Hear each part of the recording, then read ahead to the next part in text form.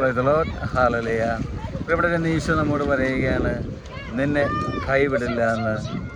ഉൽപ്പത്തി 28:15 തിരുവചനം പറയുന്നു, നിന്നോട് പറഞ്ഞതൊക്കെ നിറവേറ്റുന്നത് വരെ ഞാൻ നിന്നെ കൈവിടില്ല എന്ന്. അതേ പ്രിയപ്പെട്ടവരെ, നമ്മുടെ ജീവിതത്തിൽ പല കാര്യങ്ങൾ ഈശോ നമ്മോട് പറയുന്നുണ്ട്.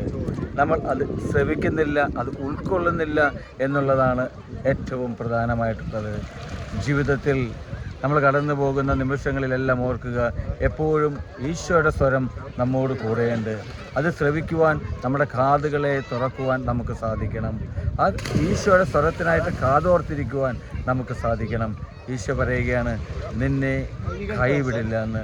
അതേ പ്രിയപ്പെട്ടവരെ, ഒരിക്കലും കൈവിടാതെ നമ്മെ കാത്തു സൂക്ഷിക്കുന്ന ദൈവത്തെ നമുക്ക് കാണുവാൻ സാധിക്കും. ജീവിതത്തിൽ നീയും ഞാനും ഓർക്കുക, ഈശോ എപ്പോഴും നമ്മുടെ കൂടെയുണ്ട്, നമ്മുടെ ഹൃദയത്തിലുണ്ട്.